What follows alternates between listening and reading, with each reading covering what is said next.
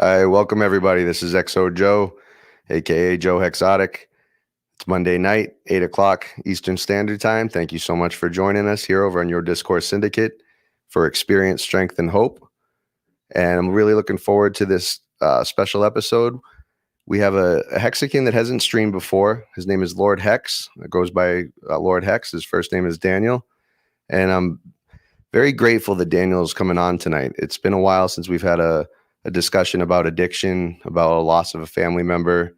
I think that we're going to really touch on some deep emotions here tonight. And I just want to thank Daniel for coming on. And thank you, everybody, for being here. We'll be right back after the intro from Naga Bo. Thank you, Naga. Be sure to hit that subscribe button. Be sure to like, be sure to share, be sure to comment.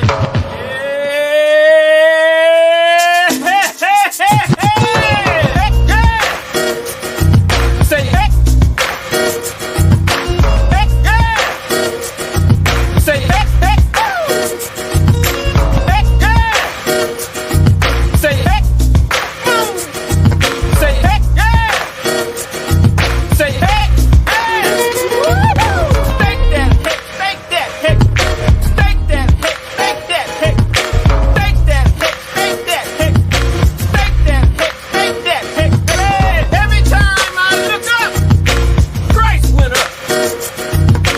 I go to the store, come back, price went up. Every time I look up, price went up. No matter what I do, price is still going up. Hell yeah. Ching, ching, motherfucker. Ching, ching. I am not the book. Ching, ching, motherfucker. I just keep hitting jackpot after motherfucking jackpot. We still jackpot, bitch. Welcome back, everybody. Again, this is XO Joe, aka Joe Hexotic. Thank you so much for joining us on your Monday night. Our special guest tonight has been through a lot. He's a Hexican. He reached out to me, and I'm really appreciative of that. Any Hexicans out there listening right now, watching, if you'd like to come on as a guest on to Experience, Strength, and Hope, and you have any relation to overcoming obstacles, and you want to, go over those stories with us here, we'd love to hear them. And so I'd like to welcome our guest tonight, Lord Hex. Lord Hex, Daniel, how's it going, brother? It's going great, man. Thanks for having me on. Absolutely. What's funny is that Nagabo, whenever he came out with his verse video, I've been trying to get people into Hex. I'm like, this is my financial advisor. And I sent him that first video he came out with. And I'm like, man, I'm doing pretty good, but that's where I get my financial advice from. Yeah. So, Nice. It was pretty funny. Yeah, Naga's awesome. I get to shout out to Naga. I got to say hello to him in Las Vegas, hang out with him for a little bit. So Is he coming on the show ever? I haven't asked him yet. I'd love to have him come on. I didn't even really think about it. So yeah, that would be really cool for me to reach out and ask him. Thank you. I didn't think about it. Okay, cool.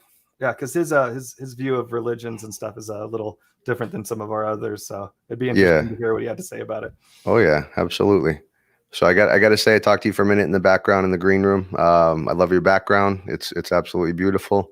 Are you a musician? Yeah, when I was in my younger days, it's like in your youth you get to have fun, and then as you get older you get to start being more of an adult. So my third kid, I quit playing music, but I lived in Houston and I just pick up live shows wherever, and everyone loves Texas country music down there, and it's not my jam, but I had so many Texas country musicians. I would just go, I play lead, and I just go. Nice. I do pickup shows, and then once my littlest one was born, I was like, okay, later. So now they're getting a little older. I have time to play again, and so it's fun. Cool. Well, you and I are about the same age. Sounds like again, we both spoke in the green room. Have some children, both starting school. Lot going on in the world. You and I have both been through a lot personally with our families. Really looking forward to hearing your story. And if you'd like to just jump right into it, Lord Hex, I'd love to start as far back as you'd like to go. We'll go as deep as you're willing to share. And we have the next hour and 45 minutes. We can take the majority of that. I'd love to leave a little bit of time to talk Hex, talk Pulse with you. But thank you for joining me first off. And real quick, everybody in the chat, thank you for being here. I apologize. I was getting into it a little fast tonight. Thank you for joining us. I see everybody is here, and welcome. Really looking forward to this stream tonight. So Daniel, Lord Hex, So, great to thank you. Go ahead. So what kind of, I was watching Joe have a kind of talk about his journey and some of the struggles that he went through and what kind of led him to where he is at the moment. And I was like, I'd like to like kind of shed the light on the other side. I've never had problems with addiction. Well, I think addiction's a weird word because there's so many different forms, but like drugs and alcohol, there's quiet addictions, you know, Yeah, that hurt the people. Traditional ones you're talking about. Yeah, right? there's quiet ones, you know, like lusting after women and you losing your job, or sex addiction or porn or whatever. There's always those other ones that aren't, you know, up in everybody's face and you're just quietly do that. But the struggles from my perspective, where I had a brother who I have two brothers who had drug addict problems. So I come from a family of 7 brothers and sisters. We grew up really religious, but my dad, he traveled, he worked his way up from business. And it's like that. I don't know about your parents, but like the parents from our generation, their nurturing isn't their jam, right? It's more like, but like security was their jam. So my he grew up on a farm in Oklahoma with no water, right? So he's like, I need to provide. So he went out and made all this money, but you know, what do you sacrifice? Well, if you're traveling 6 days a week to 2 weeks, 3 weeks, you come home for 2 days and you travel again. Well, you abandon your family, right? They're provided for and they're taken care of, but you know, just making a meal on the table, as much as I appreciated it and I'm grateful for that, you know, we have these struggles with relationships and, you know, people at school or whatever they might be.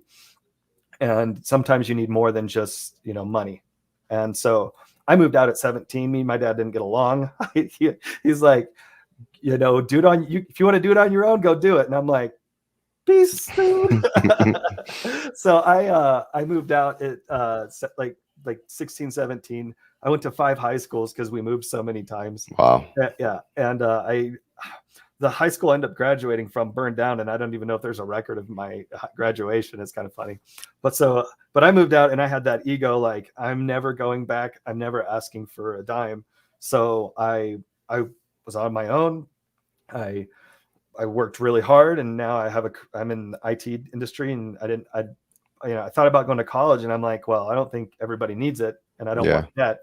So I hustled, and now I work from home, and I've got 3 kids, and you know, and my dreams are all coming true. But a lot of other people struggle. You know, a lot of people, you know, look to escape in different ways. And what happened with me over the summers, I had a brother who's about 10 years younger than me, he's lived with me part of his life. You know, I took him in, and he's struggled with things that I didn't struggle with, but I understood it. So he turned to drinking. One of the catalysts I think that put him over the edge is he was in firefighting school. And remember those fires in Arizona years ago, maybe 10, 15 years ago? I feel like there's always fires out west because I'm from the Northeast. Well, he didn't make it there was a fire up there, and his whole firing crew that went to school with him went up there, and they all died, like his whole team. And he didn't make it up to the fire. So, and he didn't die. And so there's this thing where people who survive when other people don't, there's a syndrome for it. And I don't know if that's it, or if my dad not being there, and you know, there's a million reasons, but he kind of needed to escape and turned to drinking. And it's like, how do you differentiate somebody partying? Because I like to drink, you know, and I've probably done some stupid things when I've been drinking, to somebody who has a problem. You know, I don't, and you know, you call him and he's drunk the next day, and it's like, hey man, you got to work, dude. You can't be partying. You can't be drinking. And it wasn't more partying. It was more like just, he wanted to drink alone. He wanted to escape. I got him a really good job paying like, you know, $70,000 a year in IT. And he was like, well, I don't want to waste my life like you do, sitting in front of a computer all day. You know, it's like, you know? Okay, right. It's like, all right, okay. So he quit that. But man, it's so weird because like at work, the HR department came up to me and they're like, "Man, I'm sorry about your brother." And I was like, "What's up?" He goes, "He has cancer." I was like, "What? He's cancer?" I was like, "Oh yeah, it's cancer." So I'm like, "John, what are you talking about? You don't have cancer." And he's like, he lied to his work because of his drinking. Went on work comp, and I didn't even know about it. I mean, I got him a job in the industry I'm at, trying to help him out because the best way to make it is in that field. So, but he quit his job. I rescued him and I saved him. I would go get him from like drinking and I'd, sober him up for a few days. And I have 3 kids. And so how do you move somebody into your house who's with 3 kids who has a drinking problem? Yeah. Like at some point I had to stop because my kids were getting older. So I'm like, that whole quote where it's like, you got to hit rock bottom. You just got to let them hit rock bottom. And it's like, man, I don't want to do that. Right. Cause what happens if I'm wrong?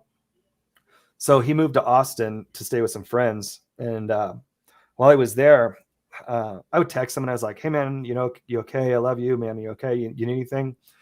I was like, "Man, I found this thing called Hex." And I'm like, "I'm doing really good. And I'm making some money." And I was like, "I know you don't want to be in the computer industry." And he liked to exercise a lot. Like his thing was working out and getting into shape and stuff. And I was like, "Man, I'm going to buy you a gym." I was like, not like those little corner gyms that people exercise in. Yeah. I was like, "Man, I'm gonna buy you a gym, dude. Just hang in there. Don't get into too much trouble that I can't help you." And he's like, "Man, I'm just camping with my friends. I'm hanging out." And he wasn't. He was lying to me. He wouldn't tell us where he was staying. And my parents came to visit me, and his phone stopped working. And so my mom's like, "Jim," which is my dad. He's like, "Hey, we need to go check on John in Austin." My parents were from Dallas, blah, blah, so they came up to Denver. They went back to Texas. My mom's like, "Man, we need to go down there and, check on him." And my dad's like, "He's fine, blah, blah, blah, blah, blah." My mom freaked out. They drove down literally 2 hours before they went on this like, where's Carmen Sandiego type, quest to find him. And if they would have been there one day before, he was alive. I can't tell anybody how he died because it's the worst thing you could have imagined. If I was a parent, I would have lied to anyone and never told anyone. It was disgusting. It's terrible. Jeez, So, dude, sorry to hear that. So the next process about it is the family breakdown from then, and it's like, we have all these people who love someone, and every one of them, I have 7 brothers and sisters. So that's a pretty deep, it's a pretty deep cut, and the weird part is he didn't leave a note. And I don't think he did it on purpose. Honestly, I think he got so drunk. I think after a while, I've lost 3 or 4 people to alcohol. And if you're drinking and your liver shuts down, you start hallucinating. If it's too much, and apparently it was. And I don't know if he intended it, because before I would talk to him and I'd be like, I'd ask him, I'm like, "Man, you're not going to kill yourself, right?" And he was like, "No, man, I love your son, I love your daughter, and I lived with them, and I could never do that to them, and I love my mom." And so he couldn't, I guess, handle it. And it's a strange thing, because you and I were talking before the show, and it's like, how do you help someone? Like, I wasn't like, a lot of people have all these expectations of someone and put all this pressure on them. And it's like, you need to be a Christian, or you need to do what I tell you to do, or I'm not going to love you, or if you don't abide by my rules, I'm, like, you can't come home, or whatever this might be. And some of it's probably kind of healthy, but I never really did that. I was like, "Hey, how can I help you? Like, what can we do? Like, where do you, like, how do you, Maddie Allen says this all the time, how do you reward future self?" Right.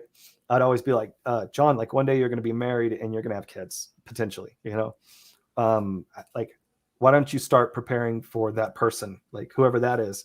And, you're going to love your wife one day. And right now you're treating her with disrespect, right? You're not taking care of yourself. You're not preparing for your future. and like how do you how do you get into someone's mind who is struggling through that, right? So I know that you were struggling, and I wanted to ask you, like, is there a catalyst that you think that, like, in your previous life of just like it's like self-destruction is kind of the thing, or you don't feel like... I kind of wanted to just add, like, the feeling that I had when I was suicidal is almost like being hungry and not hungry. It's a satiating feeling that it's almost like I was so empty, right? That I was like hungry, like they were the same, and I was suicidal at my core, but like I would find things to temporarily fill me up. And like, it was almost like I was starving for a while, Did you not feel like, was it like love missing? Because like, or is it so beyond that? Because I mean, I feel like if someone's on this stream and they're paying attention to us right now, right, and they're on the other side and they don't feel loved, like my brother didn't feel, he was missing something. That's it. It's the feeling. It's not that it's not having the love pour in. There was so much love poured into me. Mm-hmm. It's I didn't love myself, right? Maybe similar to your brother. I didn't meet my own expectations. The failures that I had created were so large to me. I'd never moved past any of them. I was really, I just really needed I just really needed a community, and I really needed to give of myself to something bigger, because like I wanted to be the center of attention. I wanted to be better. I wanted to be my parents' favorite. I wanted to be the smartest in the class. I wanted to be the toughest at the bar. I wanted to be the best looking. I wanted to be the best at, everything. And really, it was just my ego was out of control, and you can't feed something that hungry. And so you get to a point where there's just like, for me, I replaced that feeling of approval with alcohol and drugs, because I got that feeling from those. That makes I feel like my little brother, for example, like things come naturally to me. Like I don't try really hard. I mean, I try as hard as I can in everything I do, but it looks so easy. You know what I mean? Like taking care of 3 kids, or I'm a senior architect at a company, and Nice. I don't work really hard for it, and I've never failed. Like I've never failed. So like I have personal failures, and I would try to, I would tell my brother all the time, I'd be like, look, here's the things I struggle with. Here's the things that like have caused me harm in my life. Like I like ladies, right? And in my life that's caused and it's an addiction.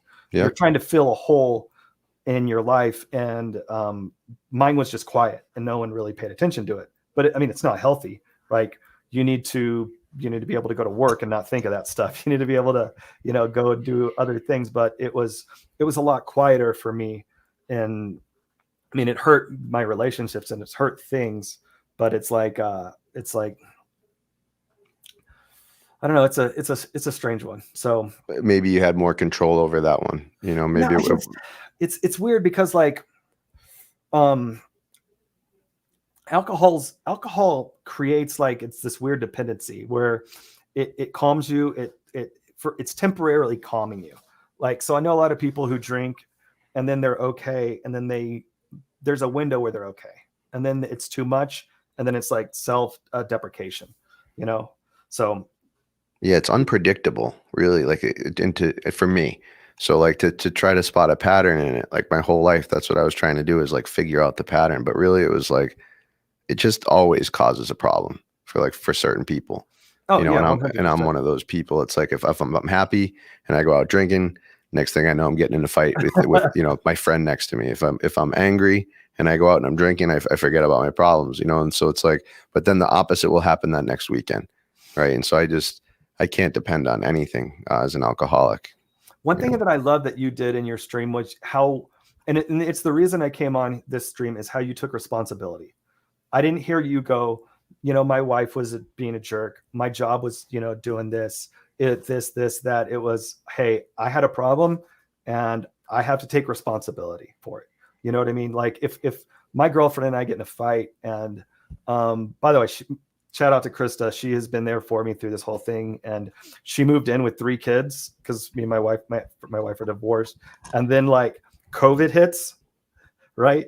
So she moved Wow. in, COVID hits, she's stuck at home with 3 kids. My ex-wife kind of was a crazy person to her. And then like COVID's going away, and then my brother kills himself. Oh, And so like, oh, I have to tell you the story. This is the craziest thing. And this is a moral in this story, what happened. So the moral of this story is never give up. And so I was going to go to the funeral by myself. It was in Dallas. I'm in Denver.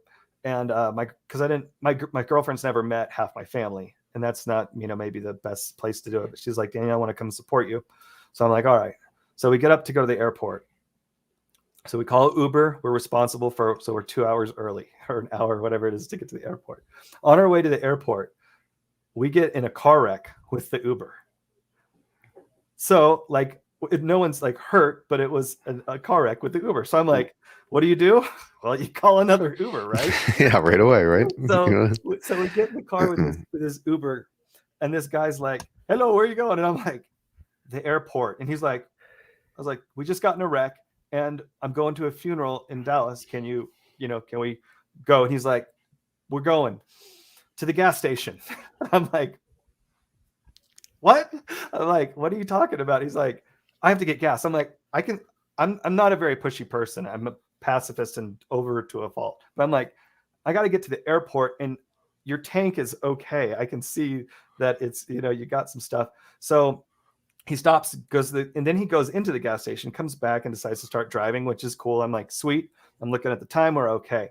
He drops us off on the other side of the airport terminal. I'm like, okay, this is cool. We got this. We got here early. We're good. So me and my girlfriend, we run to the other side of the airport. The Dallas airport or Denver. Okay. I've never been there. Oh, it's big. Gigantic. Yeah. So then there's construction. So we have to go back down, over, up. And then we're like, okay, we check in because the check-ins things from your phone were not working. So then we check in and we're like, awesome. We're going to make this. Then we go downstairs, and it is like the longest line in Disney World you've ever seen. And I'm like, there's no way we're going to make this. We're nowhere going to make this thing. So we're sitting there and we're just waiting. We go through baggage check. We go through baggage check, and it's literally the plane is closing its doors. So in Denver airport, you get off, and then you have to get on a train. Yeah. And then you take the train and you go to the terminal. You get out. So we got out. We ran, and then like there's the thing with the train, the airplanes like this, and they're all right here. Yeah. We ran as fast as we could to the very end where the plane is. And it's like, where's this terminal? Oh, you have to go. We're sprinting. We have to run down. I leave my girlfriend. We have to sprint down this hall down to like another layer. And then you go another 2 football field lengths. And I'm like, I'm almost crying because I'm like, I have Did you tell her it was every man for himself at that point? Like, you're out. You're on your own. Well, I like stopped for her just to make sure she wasn't lost. And we literally go there like as they're closing the door. Like, I'm like out of breath. I'm tearing up because I'm like, I cannot miss my brother's funeral. Yeah. Blah, blah, blah. And I mean, if we would have stopped, or we would have like not had one moment, we would have missed the whole, like we would have missed it. But like Chris is like, go, we never give up. You never give up. So I thought it was a cool story because like it would have been so easy to have been defeated and to quit and to not sprint 2 miles or 10 miles. There it was. And I thought it was a cool little story that happened.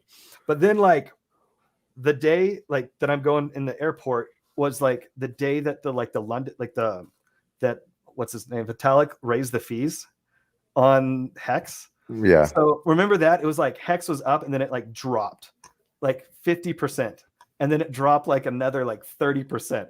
So on top of like my brother going, I'm watching half my assets just get destroyed. Yeah. And I'm like, this is not happening. So it was a stressful time. So it was the first time I ever sold bottom because I panic sold. But anyway, that was a tangent for whatever that was. I appreciate it. You know what? I think I don't know how the afterlife works. I have no idea. I have some ideas, or I shouldn't say no idea, but it'd be pretty cool if your brother can, see you getting to his funeral. You know what I mean? Like it was awesome. And then we're literally in the plane, and then there's like a storm, and they're like, we might have to like go somewhere else in the plane. And then they drove around for like an hour, and then they ended up landing, and we ended up making it. And man, it is. If you guys have not had to deal with death. Oh, by the way, shout out to the guy who paid for that dude's funeral. Do you know the Vince threw some money. Yeah, Crypto Vince threw some money. when he did that, I literally cried. Like, I was like, we were in a position, my dad they were successful enough to, not have to worry about that kind of stuff. But I couldn't imagine like having such a sad moment in your life where you're broken down, everything's a mess, and having to try to like borrow money for a funeral. So thank you so much for that. And I really do appreciate it. Yeah, Crypto Vince, he did that. And then also back when I was giving out raffles or contests or something, Vince won one of them. And the contest was you get to like pick somebody. And then you also, I forget exactly what it was, but there was like 2 winners and you won and then pick somebody, something like that. And the person that Vince picked or was the winner for Vince, they were going through something as well. And they, Vince elected to not only have, me send him the prize because he elected to pick him.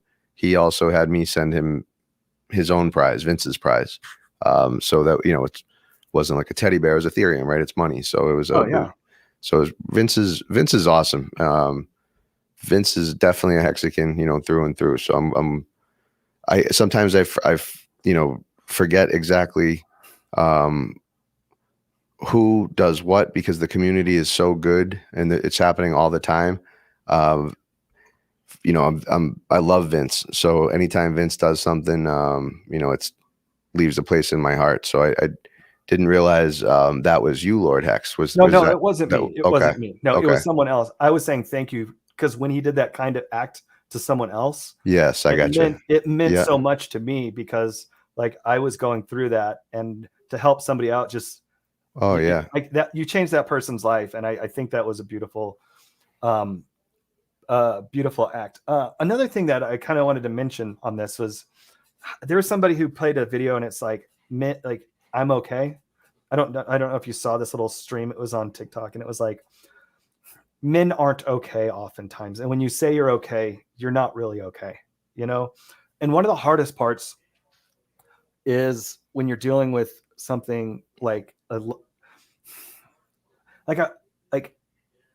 when someone asks, hey, are you okay? After your best friend kills himself, or the struggles of life as anyone, but I kind of am a man, so I can just speak from my perspective.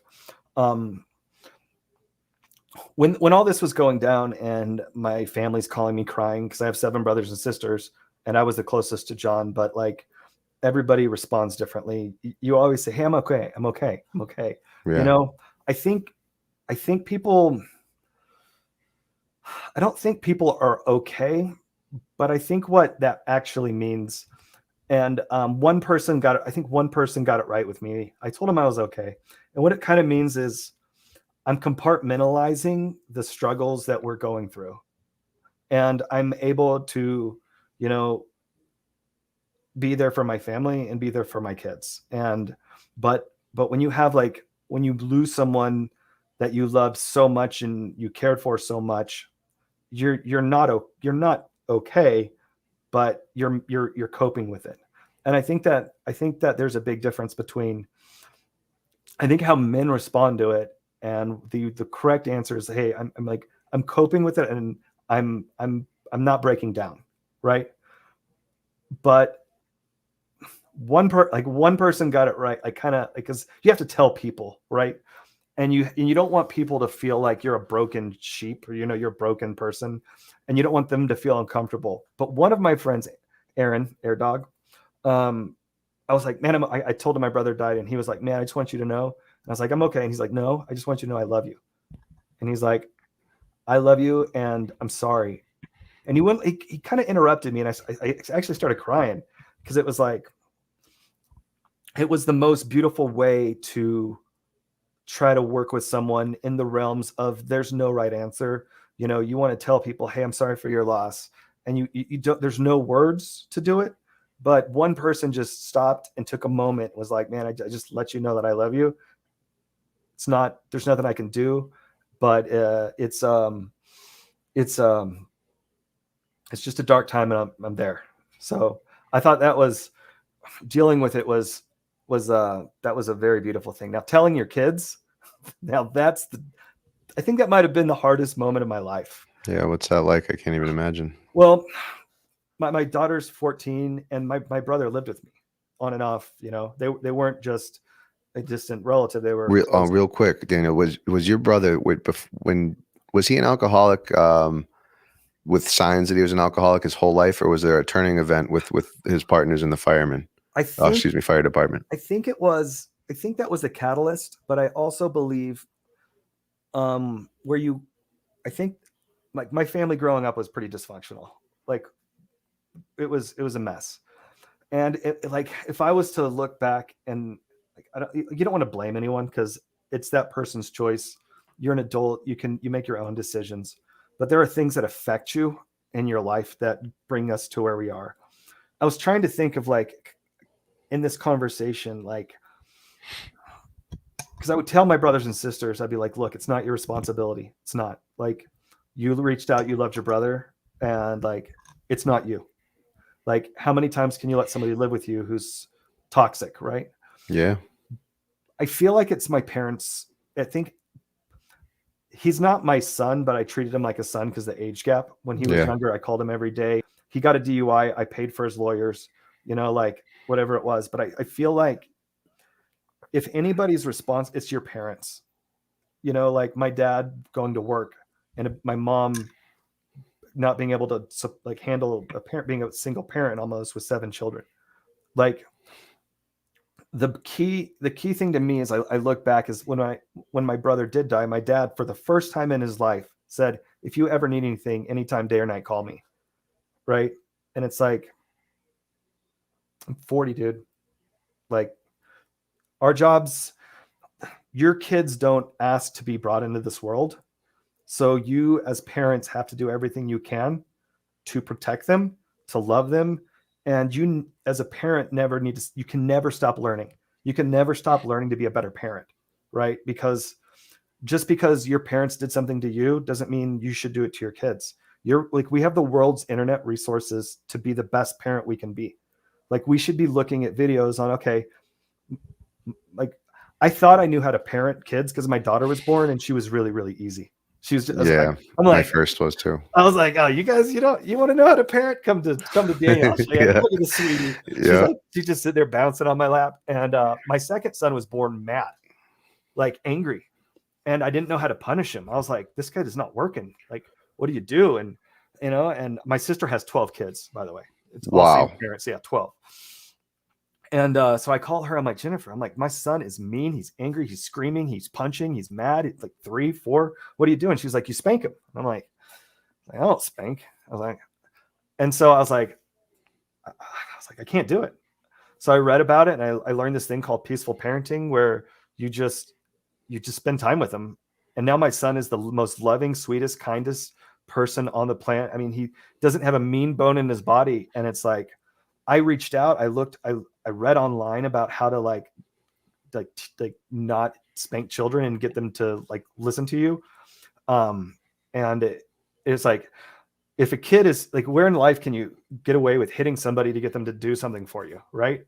And growing up, like in my family, we got spanked. Me too. We got spanked a lot. So I thought that's kind of what you did. But if a kid's too young to get you have to him, then you shouldn't be hitting him. And if you can't explain something to him and you have to spank him, then you failed. Yeah. And then when they're older and they're smart enough to explain it to them, you just explain it to them. So now my kids don't live in fear of me. My kids are just so sweet and loving and kind. And it's like, I've never had to spank them. I've never had to do that. And it's like, but I don't abandon them. I spend a stupid amount of time with them. I go on walks. My little one, he's 7 and he's special needs and he requires a lot more attention than anyone else. So I spend every moment that I can with them without, I take time for myself with my girlfriend or whatever. We have to do that to build us. But I look back at my parents and my mom being alone with 7 kids and my dad thinking that he needs to go make $1 million being gone in, overseas and Singapore and all the places he traveled, I couldn't imagine abandoning my kids for money, and it's like, yeah, well, so I kind of look at it like, if anyone's to blame, it's, you have to, as a parent, and my dad, I mean, they're devastated. They go to the funeral, they're the tombstone every day. Cemetery. Yeah, cemetery every day and check on it. I'm like, well, where were you when he was alive? It's like, when you struggle as an adult, because you have struggles, right? You have relationship problems. I have relationship problems. We need our parents to guide us. And so we can't stop. We have to learn and we have to grow. And it's a very weird feeling, because I haven't had a conversation with either one of them about it this way. I feel like I should be open with the internet. Right. I don't know you guys, but like, I think in Hex, and now they're going to be a lot of babies because a lot of dudes make a lot of money. I think you guys, I think people to stop. I think it has to start with your parenting. I think it has to start letting people know you're loved, letting your kids know it's okay to fail. You know what I mean? Like, yeah, we all fail. I fail, but I get back up, and someone's there to support you. So if I employ this community to do anything, it's, like Richard's thing is, how to make the world a better place, right? And it's such a beautiful line, and it's something that I like when I hear people stream, like, how do you make the world better? How do you make the world better? And it's like, the best way to do it, other than make Hex and get us all rich, is start with your kids. It's like the only relationship in the world that you just that they don't have a choice in. You know what I mean? They didn't choose you, you chose them. And even if it's an accident, my first daughter, my only daughter, I knocked up a stranger who was a stripper, and I had a choice. I could say later, DNA test, that ain't mine, blah, blah, blah. But I said, you know what? I'm going to take that responsibility. I'm going to bring that into my home.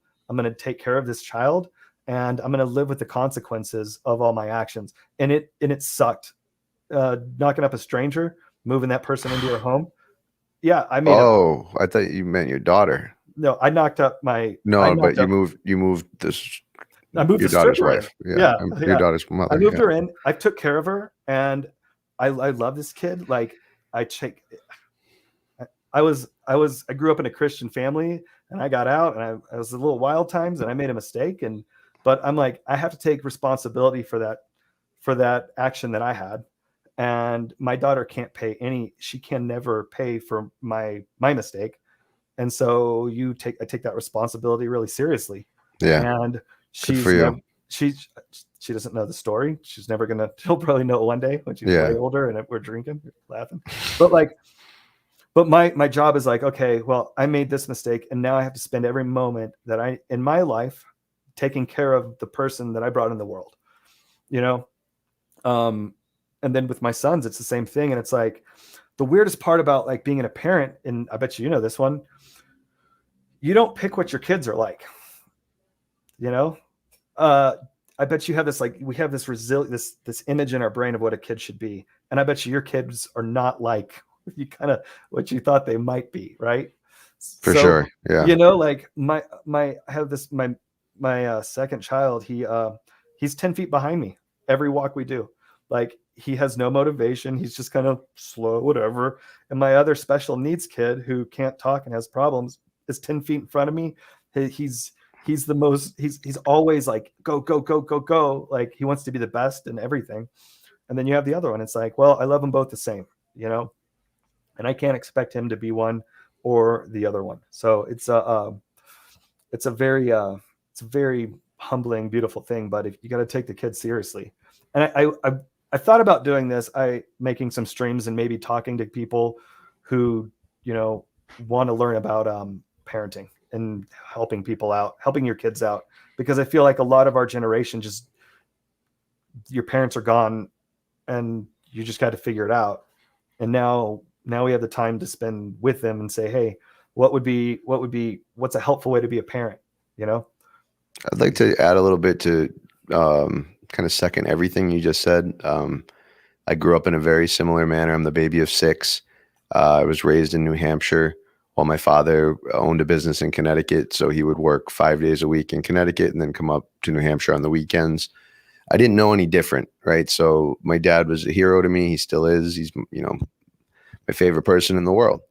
When I was younger, my friends used to be the ones to tell me that my dad didn't care about me because he didn't live with us, or Oh, wow. my parents, after a little while, when I was like maybe 12, my parents were always in Florida the whole winter. My mother doesn't like to admit it, but from October to April, that's the entire school year basically. So like from the time I was 12 on, I was alone. I had older brothers and sisters, but they were, a lot older. So I could get into some trouble.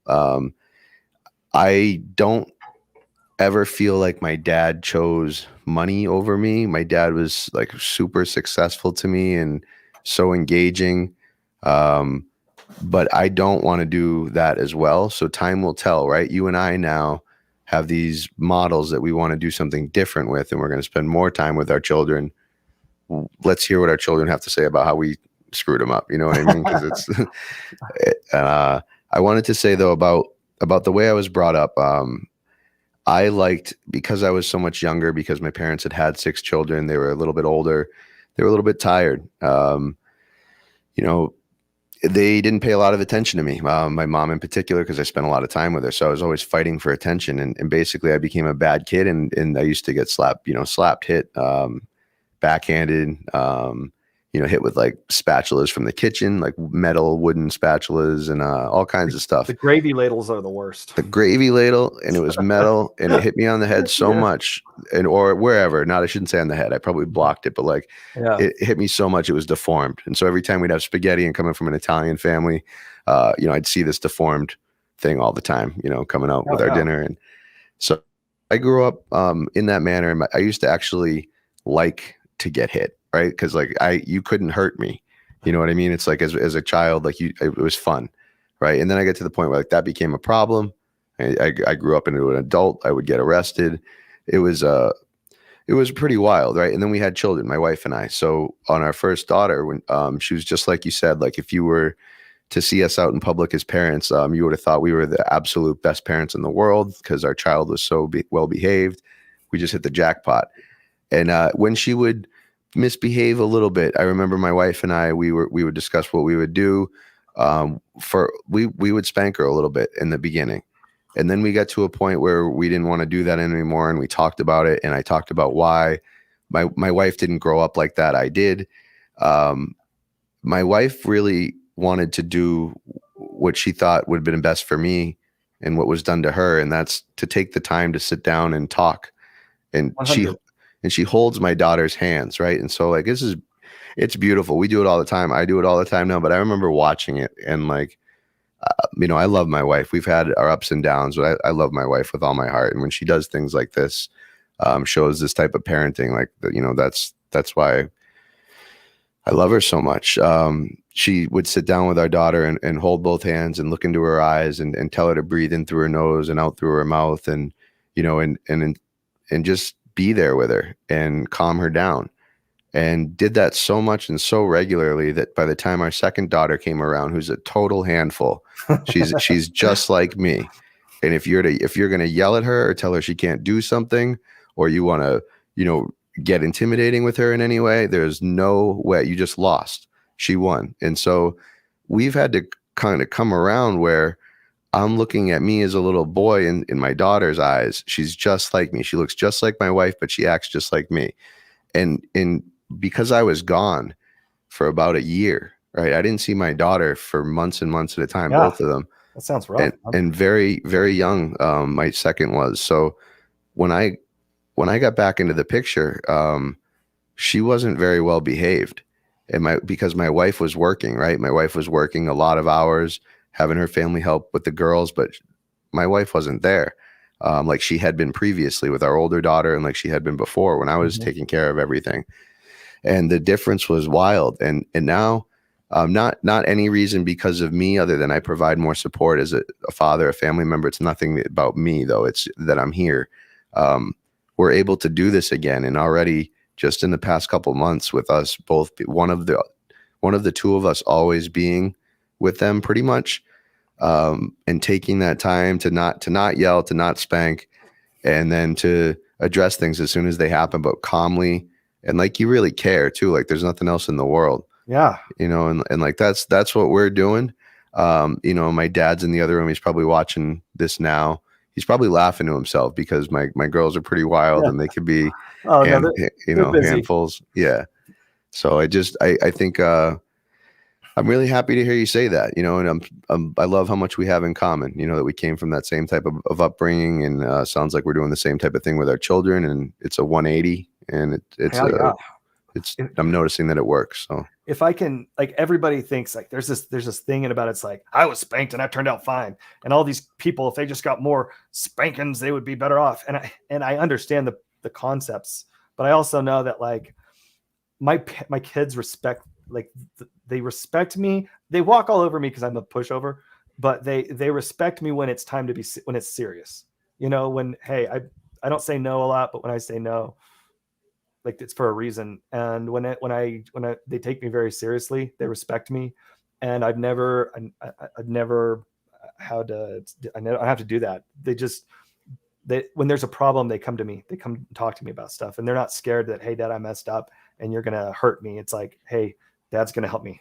And yeah, of course. And I see that in and I see with my brother, I think it was abuse in a sense, because my mom couldn't handle the stresses of the life that handled. And it's funny, my parents, they're like, we don't drink. And I'm like, yeah, but you're addicted to the painkillers that the doctor gave you. Well, the doctor gave them to me. And I'm like, yeah, but it's tramadol. It's literally heroin that has an antidepressant built into it, and you're addicted to it, Dad. It's like that's the same thing. And Mom was addicted to the Zorazepam, which is, I don't know if you know what it is. Yeah, Valium, or a form of it. Yeah, and I'm like, Mom, that's just as bad. It's not. You guys aren't winning.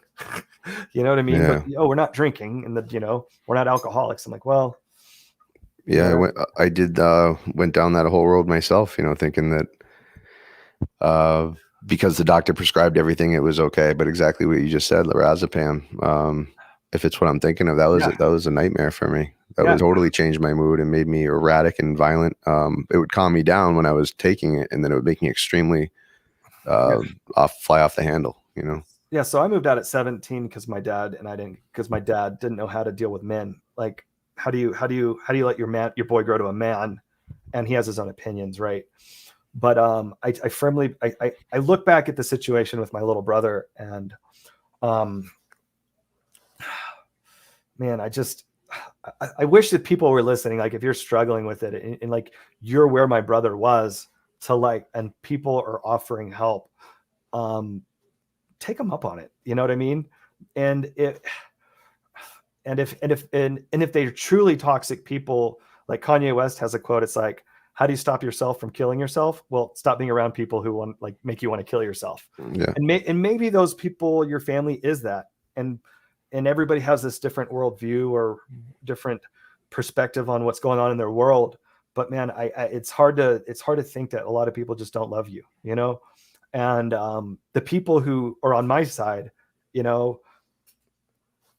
be careful, like, it's bringing somebody toxic around who's hurting into your life is very painful, and it's a burden. My older brother was addicted to every drug that you could imagine. He's clean now, but he got stuck in Thailand, and he put a gun up to his head, and he was like, if you don't tell me you love Jesus, I'm going to kill myself.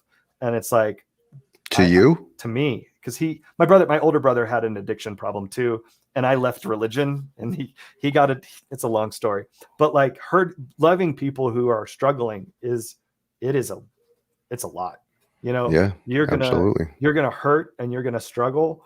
And also, I would say this, when my brother last moved out, or when he went away for the last time, I was choosing my family and myself over taking care of him, because I'm like, man, I can't because I went through a divorce, and I was moving my girlfriend in, and I'm like, at some point you have to take care of yourself.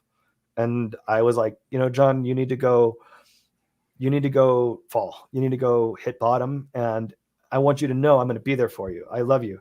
And if you need anything, and you want to get better, I'll be there for you, but you can't, I'm done at the moment. And at hindsight, I don't know if it was the right or wrong decision. I don't know if he would have ended up there anyway, because, maybe you have mental problems, maybe you have this, maybe you have that. Yeah, But, you and I were talking about that before. I wanted to have this discussion. You did as well. Yeah, thank you, Cash Plus, for the super chat. Definitely, Hex is changing life for the better for everybody. When, as an addict, as somebody that's been suicidal, depressed, for myself, for me, I did need to hit bottom, right? And while this was happening, while I was headed towards bottom, I just wanted a friend, right? I just wanted someone to reach out, but I was so unreachable, right, that it was impossible, right? I drove. I was thinking it was funny. I drove August 15th to New Hampshire last year, and this was like 2 days before I got into Hex. And I drove up there because I was homeless. I had a home, but I was living out of my car. I didn't know where to go. So because I grew up in New Hampshire, I was living in Connecticut. I drove back up there for the weekend, and I have a lot of my friends I grew up with, guys that came to my wedding, people they're like my brothers. Even they couldn't take it anymore. My one friend in particular, I ran into him, and like, I really just needed like to stay at his house or something that night. Like, I just needed some love, but like, he didn't even invite me. It was really weird. And I left that night, and I drove home, went to the MGM in Springfield, Massachusetts. And, the next couple of days are history, because now here I am in Hex. And I'm always thinking about like what my friend did that night. Like, I wonder if he had me sleep over his house that night, which is really what I needed, really what I wanted. I wonder if I'd be here where I am today, in Hex with my family, so happy and healthy. So I want to have the discussion with you, because you lost your brother. You needed to let him go to rock bottom. But the thing that everyone's afraid of is what your brother did, right? And it's what I was going to do as well. So like, people thought, even maybe to this day, that like I wasn't serious, or I didn't have a plan or whatever, but like I was on my way out. And that's not like me, like that wasn't like the guy that was me growing up. That's not like the guy like me today. Something was wrong with me. I was sick. And everyone tried to help. My mother, my father, my brothers, my sisters, my friends, the police, the court systems. I had everything go my way to try to help me. And the difference between your brother and I, it sounds like, is just luck. right? You know what? That's a good way to put it, because like, I would have been there in a second, like, and I would text him. I'd be like, I just want you to know I love you. And, it just and I would say this, I'd be like, don't get in too deep where I can't help you. And I would say this, and one of the last videos I sent him was this alcohol thing, and it wasn't cheesy. It was a very cool perspective on alcohol. I don't remember what it was, and I never preached about it. I was like, hey John, just take care of future you, man. Like you're better than this. And so I don't know if it's guilt. I don't know if it's self-worth. I don't know what it is, but I know that parents do your best, and take time to study and grow to be a better parent, because we don't know everything. Our parents don't know anything. It's not like there's a book that does it right. It's you need to learn your kids and be there for them, and never let them go, because it's a tough one. But I want to, and I kind of segue to the next thing. I do want to say, like, at my darkest times through this whole situation, this community brought so much joy to my life. I can't even, like, your kids are great and you love them, but there's something about like the Quant Gang laughing for 8 hours on a stream about nonsense. Absolutely. And I remember one of the Hexicans was like kind of making fun of the long streams. And like, I was so sad. I was like, man, you guys, you don't understand what you're helping other people. And as a man, you know, I gotta get up, take the kids to school, you know, make my son pancakes. I got to do all this stuff, blah, blah, blah, blah, blah. I'm dealing with my girlfriend. And it's just having like a joy, having just hanging out with dudes and laughing. Like it's probably better than any like antidepressant drug that I would have imagined. Oh, for sure. I've been on all of them. It's better than all of them. And when you're when you guys were doing the Pulse Chain release, I was driving from Dallas and I was listening to you talk, and I was like, man, Joe Exotic knows his finances. I was like, you know, I was super impressed. And then thank you. It's that Pulse Chain chat though. It's not me. It's just spending all that time in there, you know. Yeah. No, it was really good, and I was driving my kids back from Dallas, or my little one with me, and he doesn't talk, so it's a very quiet ride. And I had a little headphone in the whole time, and I listened to all you guys just be joyful and like happy. And it was like, man, I was like, man, this feels like family. And, you know, it's really cool how I think Richard, there's such a gap in the world for strong men or strong people. I don't want to, you know, sexism and all that stuff. Strong men to speak truth. And when you stand up and you speak a truth, it's so foreign to so many people, but it brought us all together and going, man, like, how can we help each other? Like you have, you know, Motley and all those people, they're good human beings. And we want good, and we want truth. And Richard Hart is taking all these fucking arrows for all of us. You know, he's sitting there, he's getting shit on. And it's like, no, man, you're helping people and you're bringing us together, because you don't see Vitalik or like talking about not drinking or not gambling, NFTs or shit. Like, he's not saying that stuff. You don't see Elon Musk getting up. He's not helping you. He's telling these kids to buy Dogecoin. You know, like what's wrong with you? You're like, it's logical to think Elon Musk has a product or says something good, I'm going to support it and put my money in it. It's logical. And so a lot of people are doing it because, like, this guy's a billionaire. Yeah, no doubt. Yeah. And for him just to do that, it's truly disgusting. And I have lost all respect for him, because I know people who bought Dogecoin because of him. Yeah. You know? Yeah. Mark Cuban's the same way to me. Real quick, excuse me, Trapiavelli, thank you so much for the super chat, brother. Trapiavelli's got a new Hex song out. I just saw he sent me on Telegram, so please check out Trapiavelli. Well, I hit him up and he on YouTube. I shared his stuff because he's got some awesome. He's got some dope songs. So yeah, he's a musician. I love it. Yeah, I think the same thing too. He's got some really cool stuff. I heard a few songs that he had working. I haven't got a chance to listen to this new one yet, but Trapiavelli over on YouTube, and thanks for the super chat, brother. Sorry. Oh, no problem. So, I'd love to talk some more about your youngest son, if you're cool with that. Oh no, totally. So yeah, this is a weird one. So I have a daughter and the middle son, and then my ex-wife and we went to the doctor, and they're like, we're having a third son. Okay, whatever. And they're like, it's going to be about 8 pounds, and we're like, okay, cool. Well, he comes out and he's like 4 pounds, like 2-3 ounces. Right? Was he early, premature? No. Okay. Totally on time. And so you have this little baby that like doesn't exist. I mean, it's the weirdest thing. I've never felt anything so fragile. But he starts being born. He can't eat he doesn't eat real food, and he's been in food therapy. He can't talk. Why doesn't he eat real food? Do you not know? So we've had him. Well, he can now, but until he was like 4 or 5, he didn't eat anything but like liquids, right? Oh, okay. And like we couldn't potty train him. So normally people are like, okay, if they're a nonverbal kid, you can teach your kids sign language, right? And so I was like, this is dad, you know, thank you, whatever. My son would never respond. He never would say dad. He's just. We thought he had Williams, DeJordan syndrome, or some of the other ones. One of these syndromes is, it's a very weird one, and I think it's Williams, is when a child is always happy. They don't know negative. They don't know dark. They're not scared of anything, and it's an actual syndrome. The doctors thought he had it because my son was so happy and so just loving and just always kind. But he wouldn't. I mean, he's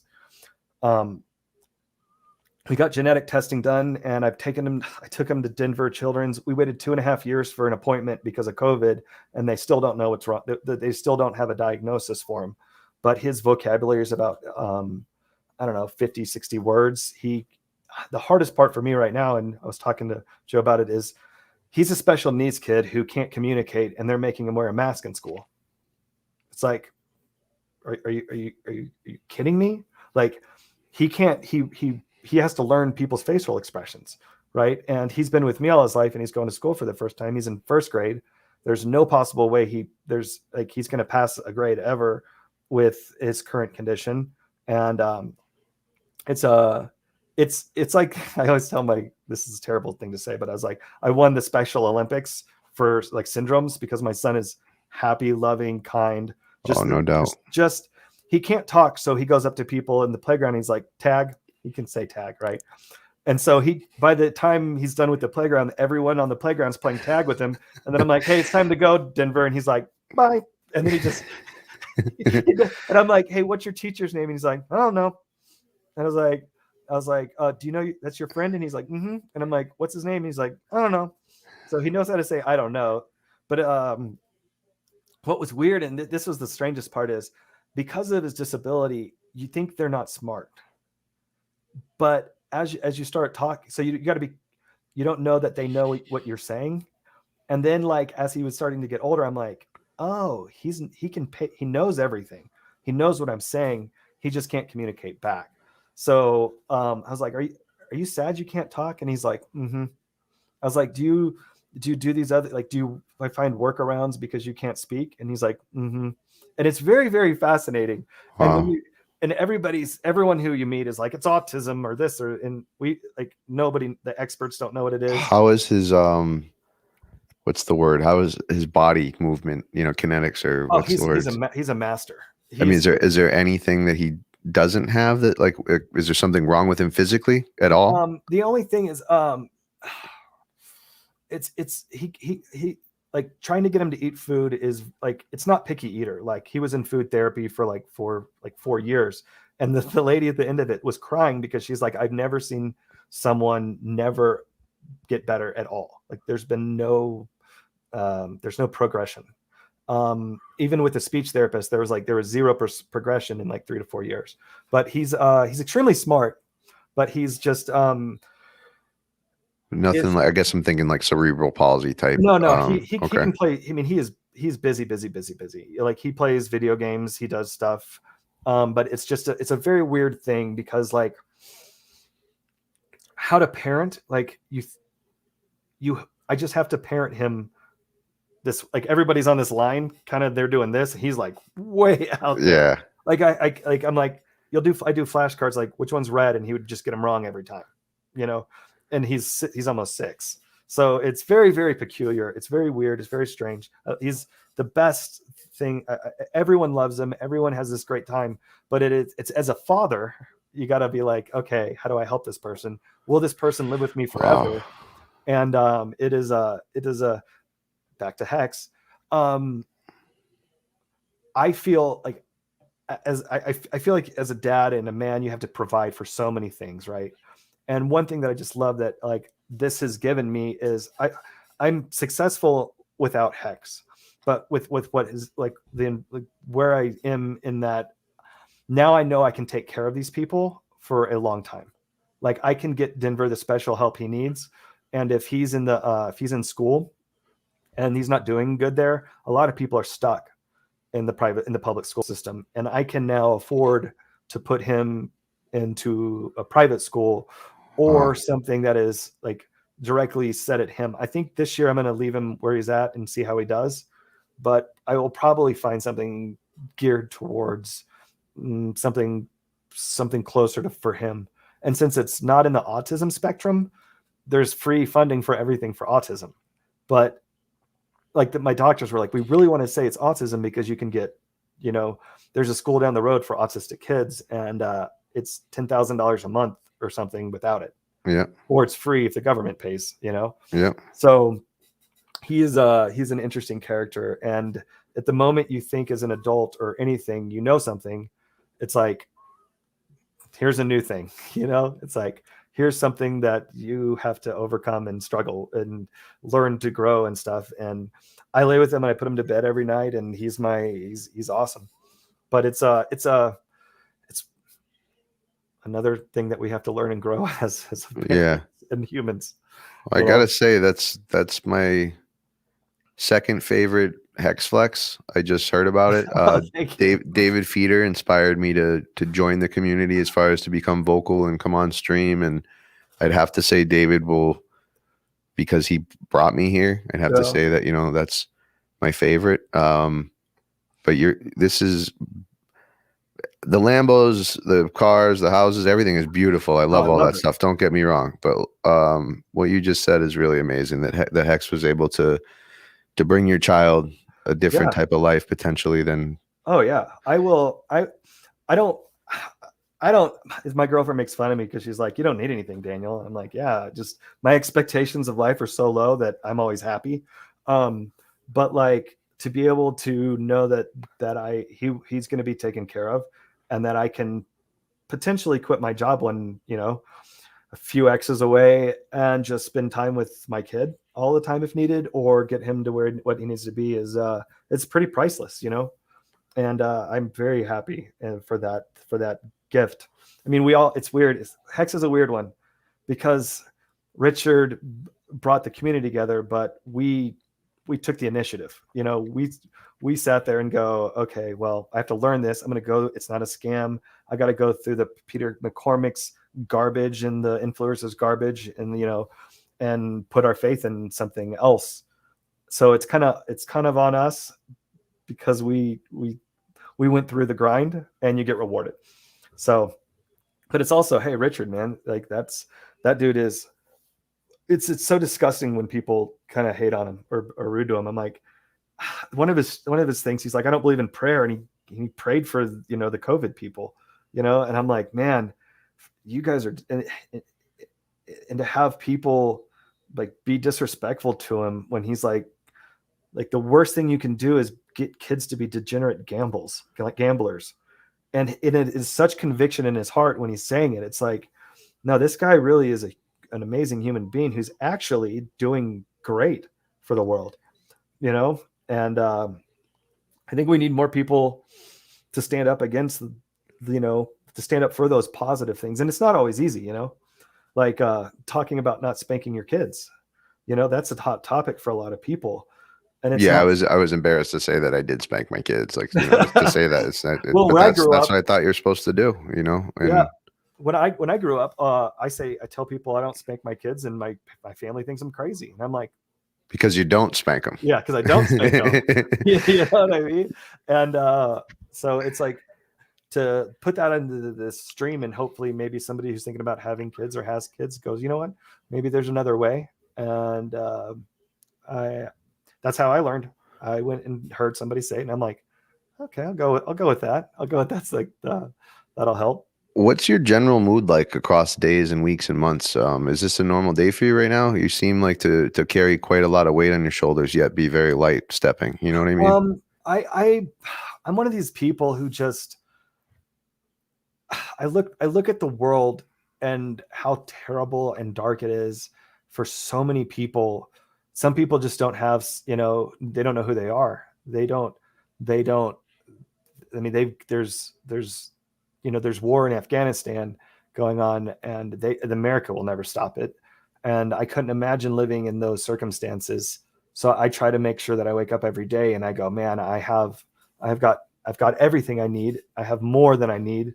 And if to be down about anything that I've experienced is just disrespectful to the hurt people. And it's, my brother's death. It's like, I love music, and 21 Pilots is one of my favorite artists, but like, if I listen to like some of their songs, like my soul cries because it's hurt. Yeah. There's a lot of emotion in that band. They're incredible. I mean? Yeah. And there's a song called No Chances off their new CD that's in my head on repeat, like all the time. And it's so sad. And it's about, if it was a song written for anyone, it was like this guy, they're like, we're coming, like, hold on, we're going to come for you because there's bodies everywhere, but we're going to be there for you. And I'm like, it's just, it's sad, and it's just this dark wave of everything. But like, my life is valuable. My kid's life is valuable. And the moment that you let it win, then like you succumb to it, and it would overcome you.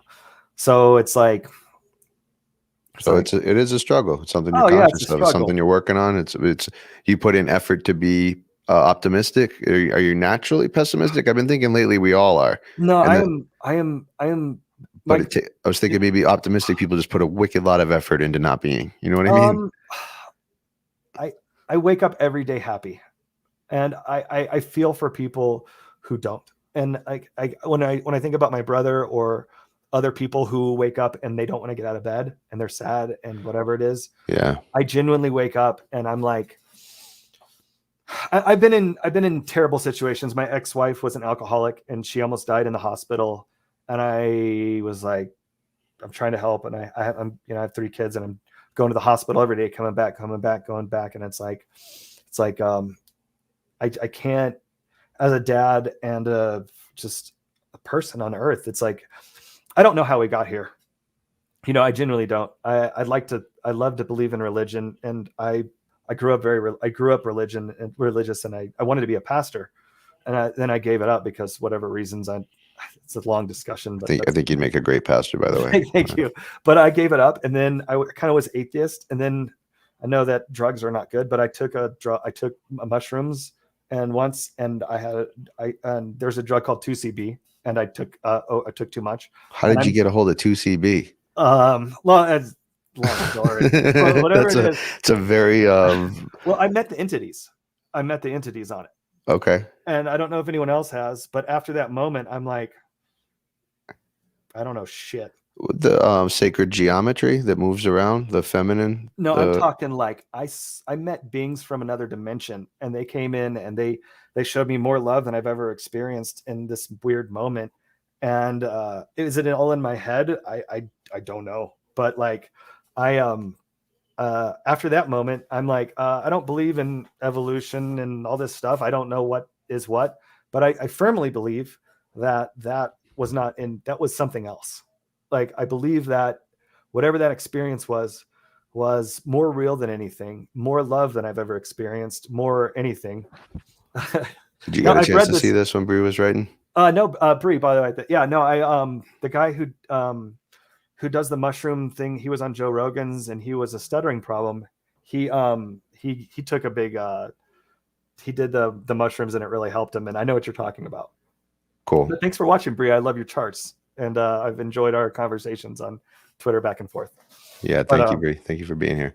I know the Lion's Mane. Yeah, that would be a good one too. So thank you. I don't typically, talk too much about drugs in general, but I am a believer of psychedelics, mushrooms, psilocybin in particular. So I've been treated with a lot of different things by doctors in professional facilities, and I've also done things on my own. And I'm glad you saw that. And just because you brought up, mushrooms, I wanted to make sure that you. No, I would say this. I would say, everybody needs to treat these things with serious respect, because they can change you. And I don't know about being born again with Jesus, but I know this. One night with mushrooms and 2CB was more religious in an experience, closer to whatever being there was, than any other thing that I've ever experienced. And I will say this: look up harm reduction. Look up, if anyone ever does it, it is, you think you know shit, and then you take something and it brings you to another dimension. So be very, very careful and respect it. And I'll put that in the universe. Yeah, I used to. Maybe someone else has this experience. So I'll throw it out there. Forgive me if I think I'm a little crazy after this any more than you didn't so already. But in approximately 2015, I was searching for how to fix my brain myself. I was on all kinds of antidepressants throughout the years, had trouble, an alcoholic, a drug addict. I wanted to get better. And so I was looking on the internet on ways to be treated, because I love drugs also as a drug addict. ketamine was my favorite drug, and I was like, wow, they're giving people ketamine now. Yeah, low Like, dosages. Really yeah, low. I was like, I could go get ketamine, you know. And so I've been through all that. The IVs, the nasal spray, Spravato. I've had all those treatments, but why I wanted to bring this up, and it's because Bree is here, and because we're having this discussion. I went and I found what's called methoxetamine, MXE, right? And if no one's ever heard of this, the reason I want to bring it up is there's something special about it, right? And I don't mean to promote a research chemical or a drug in any way. I just want to share my experience, and maybe someone else out there went through this. So I was on the internet and I found an equivalent to ketamine was called MXE, and I searched all around to see if I could get a hold of this MXE, that it wasn't made illegal. It was a what's the word? I forget the word right now. It's not exactly ketamine. Well, research chemicals have different schedules, and then there's like one molecule off. Yeah. So what's that called when it's off? It's not a derivative, but I know what you're talking about. I don't remember it, but yeah. So it's that. And anyways, I just wanted to bring up this crazy story because like we talk about cults and hex and you know, so this is what happened to me one time on the internet. I find this room that talks about MXE, and you can get it through this quote unquote church online of neuroscience. And so I started looking into this guy, Pastor Jeremy Kerr, and I wanted to see if I could get into this, what I thought was like, this guy's going to sell me drugs, right? And like, I was a drug addict, but I also wanted to fix my brain. I was intrigued. Yeah. So I got a hold of them, the Church of Neuroscience, right? It's now defunct. Pastor Jeremy's dead. He was either murdered or he died. But back in 2015, I had to take a written test that was very difficult. In order for me to pass, to become a member of this, it was a church. It's called the Church of Neuroscience, right? So if I wanted to get the sacraments, I would make a donation to the church. But in order for me to make a donation to the church, I had to pass this academic test, and it was extremely difficult. And so once I passed the test, then I was in, and I was allowed to order very small amounts of these quote unquote sacraments.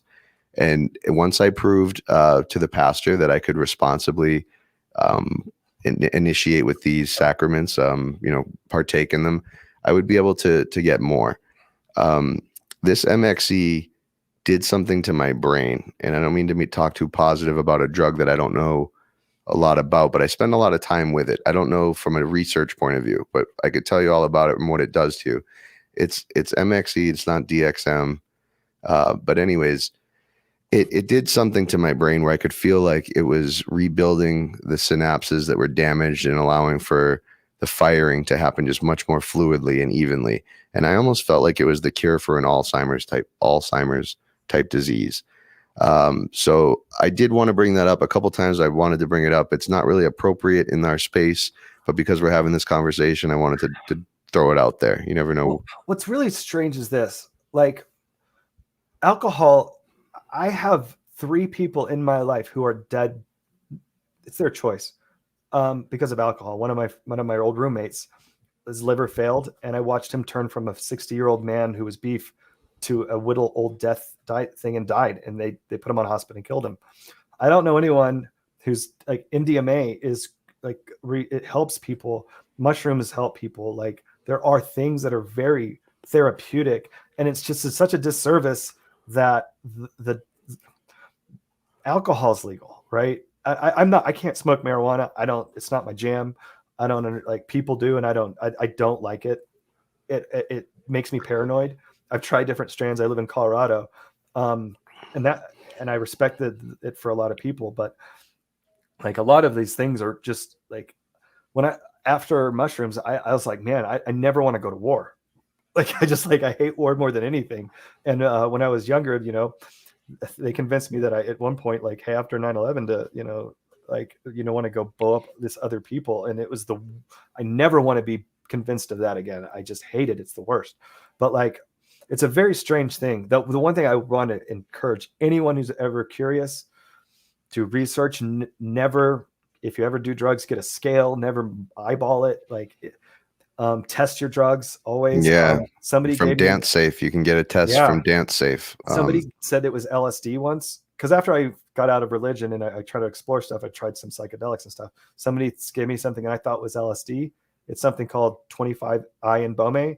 And I saw the universe get ripped apart. People die on it. I could have died. Yeah. And, so you guys be very, very careful. Do research. Look for anything that you guys can do to mitigate harm on it. But there's some things that really help people, and I don't know. That's a tough one. I don't want to ever preach something that could be harmful, but there's a lot of amazing things that can happen on it. Like I knew somebody who was a rape victim, who somebody gave him MDMA, and she talked over the rape during the MDMA time, and she was okay afterwards. She, like, the relief of that guilt and the shame and this whatever it brought in was healed. And it's like, okay, well, I don't know how to talk about this. It's a real thing that helps people.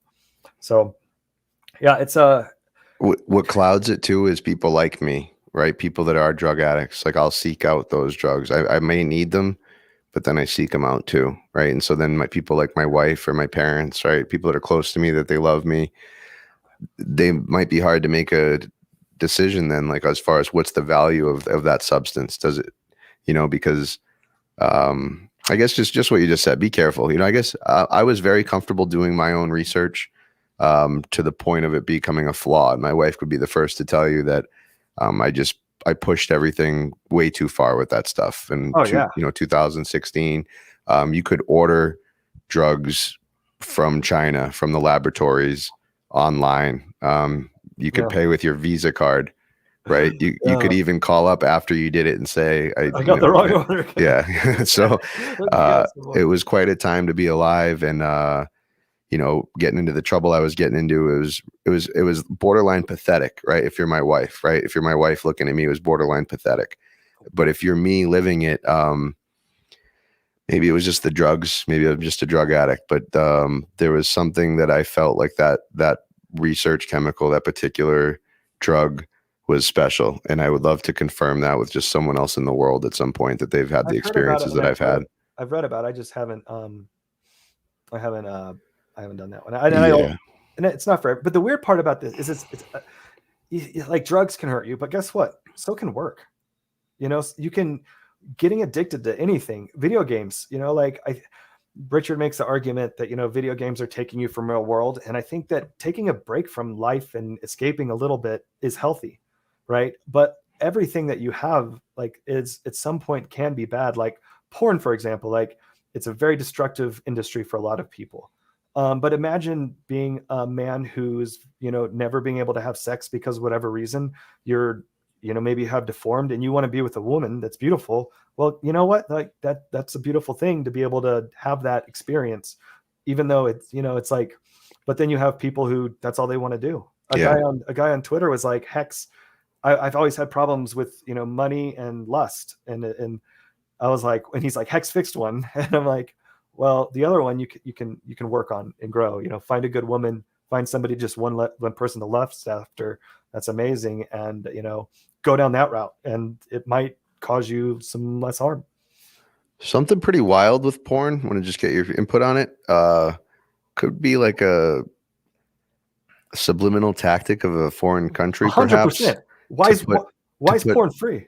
Well, no, not just that, but like, why, when you load up one of these sites, why is like 75% of them incest related? Isn't that disgusting? You know what I mean? Like, it's not like I've ever searched for anything like that in my computer. They'd be like, oh, this guy likes this. It's like, it's all that. It's been, and I'm at first I'm like, this site, I have to go to a different site. This is disgusting, right? And I go to a different site, and it's the same thing everywhere now. When my wife and I split up, my ex-wife and I split up, one of my biggest fears, I was like, look, you and I are in a different world.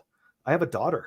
Like, I'm not doing anything with my daughter. I'm not dealing with my daughter. But when you have a stepdad, when now she has a stepdad, and what's the number one thing on a Pornhub? Well, here's my stepdaughter. Let's fuck her. And it's like, right.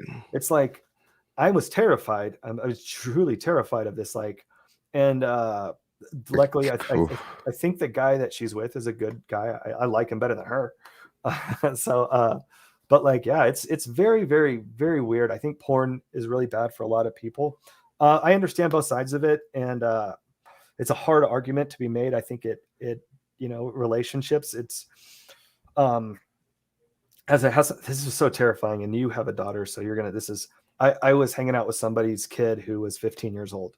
Like it was a dude, and he was with his friends, and I took him to see a movie because just hanging out, and they were talking about a girl at school, and she was 15, and they were talking about anal sex with a 15-year-old, and they were young, and I'm like, oh my God, these guys are just watching Pornhub all day long. Like it's not what we had as children. You have to protect your daughters because the boys that they're dating, this is what they're going home to every day. They're on their phones all night long. There's no parents. Like I have kids and I'm an IT guy and it's hard to protect them. I'm like, and so it's a very dangerous bottle to open. And it's very, very disturbing for children because how do you feel about your children having handheld technology accessible to them at any point at certain ages? Do they have to reach a certain age before they have one of their own? I monitor my boys' internet. I monitor it pretty good. And we have a VR headset. I let them on my computer. I pay attention to it. So at the moment they're okay, but they're pretty young at the moment. I think they're going to see things that they shouldn't on accident. They would. My daughter, I have a no social media rule. I'm like, no Snapchat, no this, no that. You can talk to your girlfriends. And my daughter snuck Snapchat on and would uninstall it, install it. My ex-wife controls her phone and I don't. But she was getting really sad. She was getting really just dark. Like I could sense my daughter not doing well. Yeah. And my girlfriend heard her on the phone at night when she was supposed to be sleeping. And so I go up to her. I'm like, hey, I was like, if you're getting away with something by having something on your phone you're not supposed to, you're not smart. You're not tricking me. I trust you, and you're just breaking my trust. And so the moment I want to find something that you're doing, I will do it. I'm smart, like, Right. And she, I went in there and I was like, "Give me your phone." She wouldn't unlock it. She had Snapchat on there, and there was all these dudes that were way older than her trying to talk to her. I took away her phone for a long time. She wasn't allowed over to a friend's house. But what was happening is she had girlfriends. She was going over their house. They're, single moms with daughters. And you think that's better because there's not a man over there. But they're just, the daughter over there was just on talking to boys all night long. She's, 14, 13 years old. She's sending out bad photos of herself to other children. And it took about 4 months. My daughter's happy now. She changed her attitude. She doesn't have that stress of dealing with those people all the time. And she earned all her stuff back and we're doing pretty good. But awesome. I think I trust her with her phone. I mean, she's not a bad she's not looking for it. The hard part is you have these social circles for children and their world is revolving how they communicate through Snapchat, through these things. But the stress it causes children it makes kids suicidal. It really does. And girls. And I was like, Ava, there's this girl in my school when I was growing up who somebody took a photo of her and passed it around the school. And that's what I remember her as. Oh, yeah, for sure. And I'm like, imagine now with phones, everyone getting it instantly, And I was like, that girl, I feel bad for her. I have to protect you so you're not that girl, And hopefully, I mean, she's not a boy crazy child. Like she's just not. I think so. I'm very lucky there, but she'll start growing up and do her own thing. But at 14 years old in junior high, she doesn't need that pressure. Yeah, let them be kids a little bit. Oh, kids are a little older at a different time, and pay attention to society. So it was a weird one. It's a struggle, and my rule is this with boys, general. Sorry, is you're not allowed to have friends that I don't know your parents. So if you have a guy who wants to call you, his parents better call me first, or you know what I mean? Or he better call me. But this is true with her girlfriends. She doesn't have friends that are girls that she's talking to over the phone that I don't know the parents, So I'm like, well, if a boy is brave enough to call me and give me his parents' number, respect. You know what I mean? So it's a tough one, but good luck with that. And I would love this. I would love to see more streams where people in the Hex community who now have kids in their 21, 25, have you and me on that have younger children and say, hey, here was my mistakes. here's what I didn't see. Here's how to help it, Yeah. because I feel like people here might be able to give me some pointers. Yeah, And, for sure. I made Or mistakes. maybe this time you and I both be willing to listen. You know? Yeah. But yeah, that's good Daniel, luck with that. we got about 15 minutes. I'd love to hear in particular, how you found Hex. What's your onboarding into crypto like? And then So crypto was I'm a nerd. I'm a computer nerd, and I just heard about it, bought it, watched my money go up in 2013 to the top, made a lot of money, and then watch it disappear. So I firmly was a believer in crypto after that. I just put money in randomly in Coinbase and just watched my money do what it did. My divorce. Were you an investor across the board? Well, that's a long time ago to get into crypto. So No, I do kudos. not invest. I don't believe in the stock market. I think it's a scam somehow. I think that they're manipulating it. Yeah. My brain doesn't yeah. wrap the fact that I can't just like do what I do with crypto in and out all day long. I was like, I can't do that. I put money in my 401k and I made money in it, but I can't touch it. So what happened is when it went down, I was still paying attention to crypto. So I subscribed to it to YouTube. And then my divorce happened, and my wife, she took all of my money. I was literally had nothing. But I got the house, and I actually have a job that pays. So we did it without lawyers. We all agreed upon it. So it's not, no. I said, I will make sure all the money goes to lawyers, and we can fight, or you can have it, and my child support is a lower, and I'll keep the house, and I'll give you X amount of money when we sell the house. So what happened was I really wanted Trump to end wars, and I wanted him to free Julian Assange. So I supported that part of the Trump administration. He did not, and I was very disappointed. I mean, he didn't go to war, but he armed people. So the reason I said that is I was not paying attention to the crypto market like I normally would. And then one day I was like, I'm done. I'm done with all this stupid shit. I'm just going to do anything but politics. And I started paying attention to crypto people. And then Richard Hart scrolled on my little feed, and then it had this stupid API. I was like, 10 million X. I'm like, this is stupid. No one's going to make that much money. Do you remember approximately when that was? October of last year. Okay. I'm sorry. Thank you. So I watched one, and I was like, what? This dude with the fucking top hat is fucking smart. And I was listening to him, and then, everyone has to do it. You're going to do it. You're going to Google him. You're going to watch all of his streams, and you should. And then I was like, what's this big payday? And how do I buy this thing? I'm in Coinbase. So I learned, I fucked up so many times. I didn't know what the adoption amplifier was. I was swapping it beforehand. I cost myself retirement. What do you mean? You were swapping what? I wasn't doing the adoption amplifier. I was like trading Hex, like ETH for Hex. On Uniswap. Yeah, but you weren't messing up, because a lot of us didn't know about the self-referral until the very end. So you were either giving 33% away to, people that we very much well deserve it, or you knew that 33% trick and you got it. But if you looked at the AA every day and you didn't know that trick, there's no way you would put into the adoption amplifier, because you could get so much more Hex through Uniswap. Why would you put it in through the AA? Didn't make any sense. So I took like $3,000 or $4,000 in crypto and bought Chain. I found Chainlink, bought Chainlink. It went up to like a certain amount of number, like a good amount. And then I found Hex, and I converted all of that to Hex over like a month and a half before big payday. This Awesome. is, but that was when Link was like 12, 14, 16 bucks. I think that was when I first tried to get into it as well. Yeah, so I made some money off of that, and then you got it back in the beginning of 2020? I don't or the summer.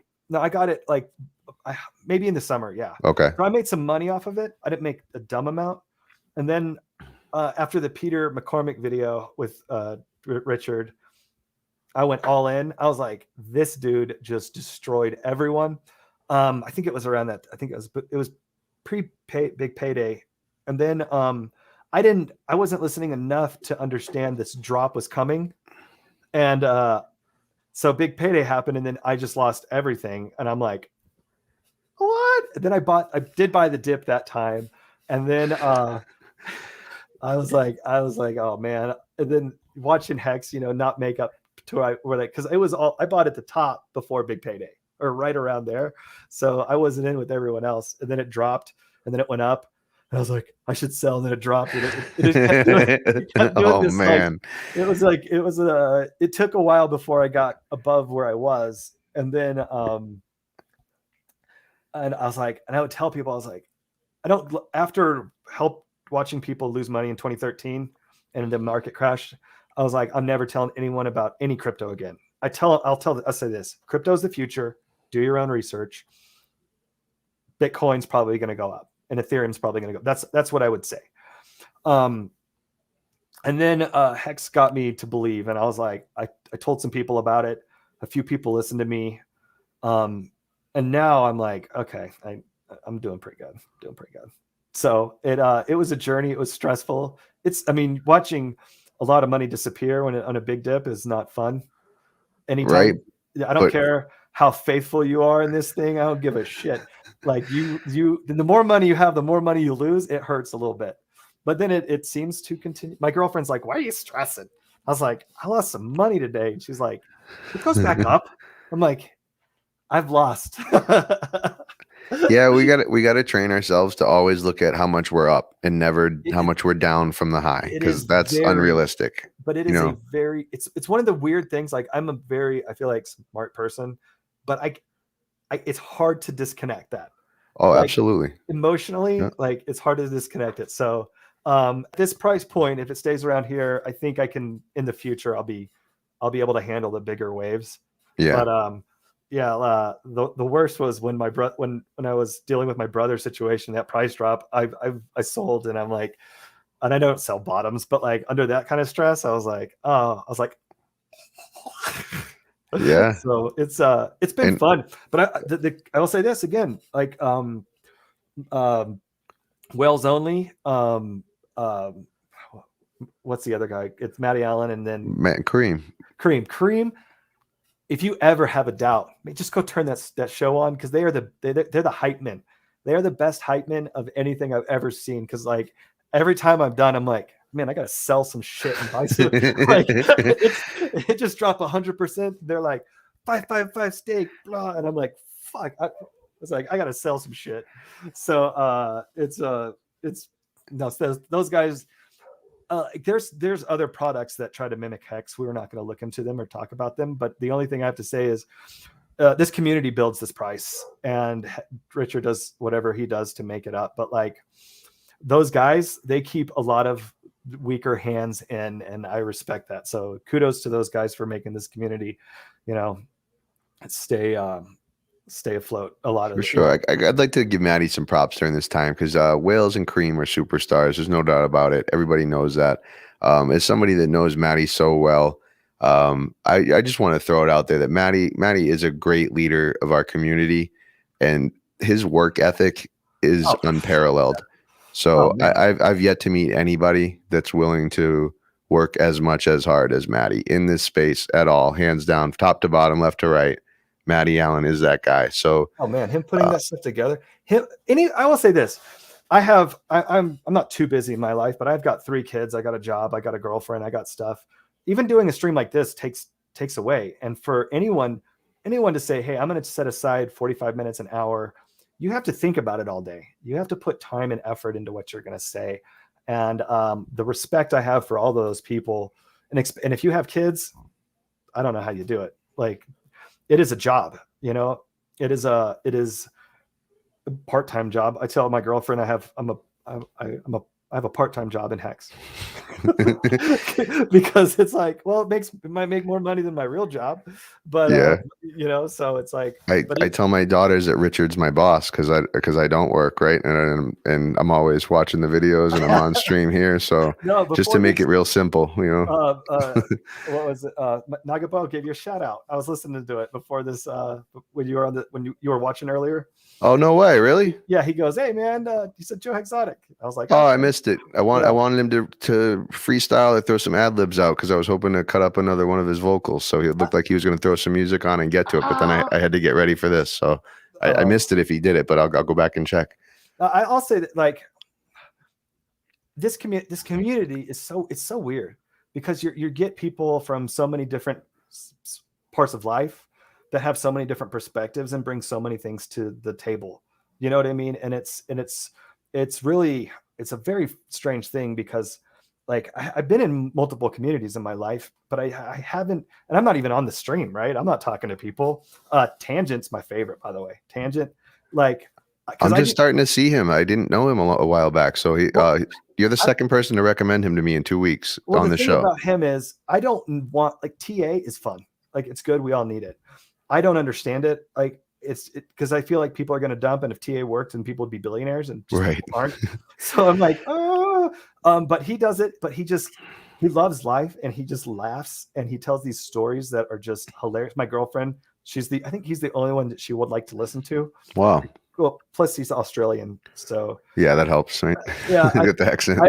I almost jumped on his first stream, but like because he was like, anybody want to join this stream? I was like, maybe I'll do it, and it was like midnight here, and I didn't end up doing it, but I'll probably try to do some more because I really appreciate. I really love just there's perspectives, right? Like you and me talking about drugs, and somebody else might be struggling in that area, or like hearing our perspective on it, because I think there's like with drugs, there's healer drugs, and then there's like darker drugs. You know what I mean? And it's like I think that's probably a good point. Like you have MDMA that can be a really good healer drug for a lot of people, or mushrooms, but then like meth is just really not good. Unless you call it Adderall and you give it to people so that they can do their work better. I'm kidding. I'm being ridiculous, but I mean.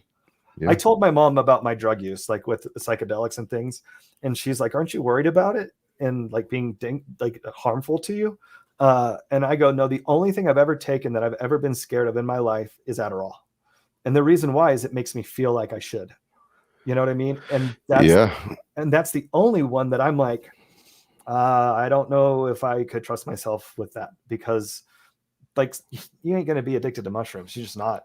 No, I can have large bags of mushrooms for a very long time and never even think about. I had a DMT in my house for a long time, and I'm like, fuck that shit. I'm like, I never did it. I was too scared. And then so it's like I feel like with drugs that there's a respect in to doing those things, and you need a lot of people just need to listen to some people say, hey, be careful, test your drugs, because there's some dangerous ones. And don't explore unless you really know yourself. I'm happy you brought that up, just because I know that it is an experimental world out there and people do indulge. Again, I just want to reiterate where you can get that from. It's Dance Safe. It's going to be, I forget what it's called, but it's 4 different liquids. Never, ever, ever, ever do drugs without testing them, ever, ever, ever. If your friend gives them to you, test them anyway. I had a friend give me something, and it wasn't what they thought it was. If you ever do LSD and it tastes like what's it? It's bitter, or not bitter, like metallic. Spit that shit out, because it's something else. So be very, very careful. But there's I think with this community, I think it'd be good to have that type of conversation about parenting, or just little life lessons that I'm 40 years old that I guarantee you somebody in their 20s has not experienced. And for you to do this stream, it's hearing other people's perspectives and you pulling out some information or something for those people. I think it's a really beautiful thing. And I'm not always the TA person, but I'm always like, I'm more of the philosophy side of it. Like if talking about Richard Hex, you have to find truth. You have to trust someone, and you and I aren't smart enough to know the code. So you gotta look back at someone's life like Richard and go, okay, well, all of these things led to this, so I'm going to trust him now. And I'm not trusting him with my girlfriend, but I'm trusting him with my finances. You ain't alone with her, baby. Right. So I've really appreciated that. And if anybody else ever wants to stream with me, I'm always around at some point. My girlfriend wants me to do this more often, because I just get so get out of here, would you? No, she's like, you listen so much, and you you've studied so much and you've just learned so many things throughout your life. Your relationship with your parents is a choice. It's a weird one, but if it was a weird thing to hear when I was younger, somebody told me this and I was like, it's like, you know what? That's true. It's a choice now that I'm an adult. And it was a weird one to take that down and like take it apart and go, well, and my parents spanked me and I thought that was abuse and I need to have a conversation with them. And I expect them to acknowledge whatever they did was wrong. And then I can choose to be friends with them or not, Yeah. And my dad would never, ever concede to that, but I accept him for who he is and what he's done for me and what he hasn't. And, with my brother, he has to take responsibility for his actions and hopefully he will be a better person because of it. And hopefully whoever's on the stream, if you have kids or if you're struggling, one thing I said about this community when I was doing like a testimonial video was, I know that if I put on Twitter right now and I was like, I'm hurting and I'm having a hard time, can somebody talk to me? I bet you somebody would have answered. And nobody knows me. I just sit on Twitter and I say dumb shit every now and then. But I guarantee you, I think someone in this committee would have been like, hey man, I'll pick up the call, pick up the phone. So no doubt about it. No doubt about it. You know what I mean? And that's not true with everywhere. And I really appreciate that. So if anyone is struggling, and I'll say this, if you're struggling with suicide, if you're struggling with what you're saying or whatever, like throw it out in the ether and maybe someone can help you. But if you're on the other side and someone's hurting you and you're dealing with somebody like my brother who was toxic and you're struggling with that, maybe put that out there too and be like, hey, how do you handle this? How do you compartmentalize having a suicidal brother who's an alcoholic and I have kids? How do you like mix with that? Like, can you talk to me? Like, I think that's just as important because you have to be strong enough to hold up your family. You got to be strong enough to keep your job and not let the other side of it bring you down. You have to shut it off and say, that's too much for me at this moment. Give me, tag somebody else, help my brother. And I need a minute. Yeah. I think it's helpful. I think it's healthy. And if you give too much, some people just take it all. And it's a dark world and we don't have the exact answers, but I know that there's people out there who know more than me, who found more than I did. And maybe if you're struggling, to reach out and say, hey, I don't know everything. I'm here in my life. I'm at the bottom. What do I do? You know what I mean? Mm-hmm. I think it needs to happen more often. I agree. I don't know if you're joking or not, Hornet UK. I'm going to remove you.